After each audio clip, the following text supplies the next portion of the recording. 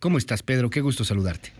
Luis, buenos días. Fíjate que es interesante esto porque vale la pena pasar de la realidad nacional, es decir, del diagnóstico que prevalece hoy en día sobre el desempeño de la economía mexicana en su conjunto, a lo que llamo las realidades sectoriales, esas que nos aproximan a la condición que prevalece hoy en día en sectores de la economía mexicana tan importantes como la industria de la construcción y donde el panorama es todavía más complicado y sombrío que aquel que se perfila para la actividad económica en su conjunto.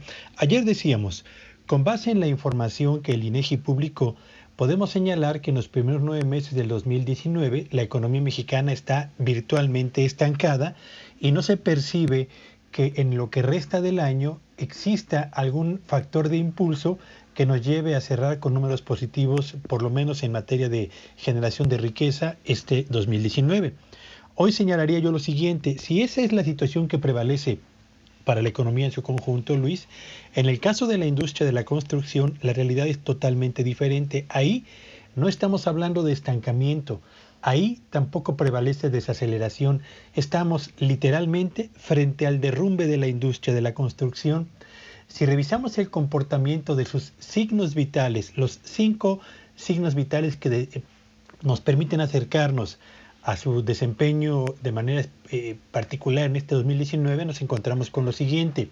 En agosto, solo en el mes de agosto, Luis Auditorio, la actividad de las empresas constructoras cayó más de 10%.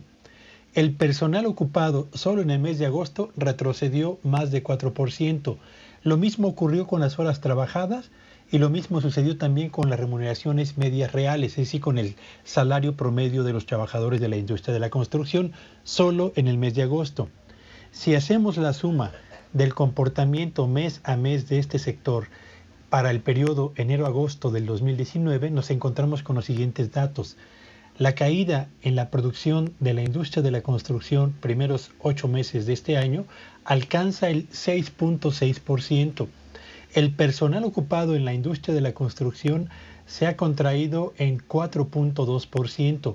Las horas trabajadas se han comprimido más de 4% y las remuneraciones promedio o el salario promedio de los trabajadores lleva un retroceso de casi el 1%. En otras palabras, ¿qué significa esto? Lo que esto significa es que el sector del cual depende la construcción, el mantenimiento y la ampliación de infraestructura que nos hará más competitivos, caminos, puentes, puertos, etcétera, va a la baja. Que el sector del cual depende la construcción de vivienda, que nos permita reducir el déficit que tenemos en este campo y mejorar el nivel de bienestar de miles de hogares que hoy carecen o de familias que hoy carecen de vivienda, va también a la baja.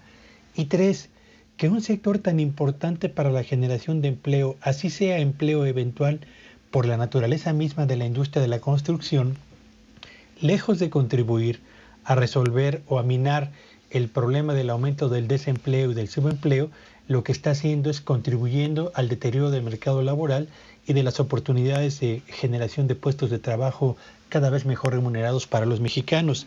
Sí, podemos decir que la economía mexicana está en estancamiento, sí, y a lo mejor algunos podrán decir, bueno, no es tan malo como lo que ocurre en algunos países del Cono Sur, pero cuando revisamos las realidades sectoriales, Luis Auditorio, y el de la industria de la construcción es muy importante, yo diría, cuidado, porque no solamente estamos comprometiendo la posición competitiva de México en los próximos años, sino de manera muy especial nuestra capacidad para construir vivienda que atienda a necesidades que se han venido rezagando y un déficit que sigue siendo muy elevado por cuanto a la dotación de vivienda para millones de hogares mexicanos.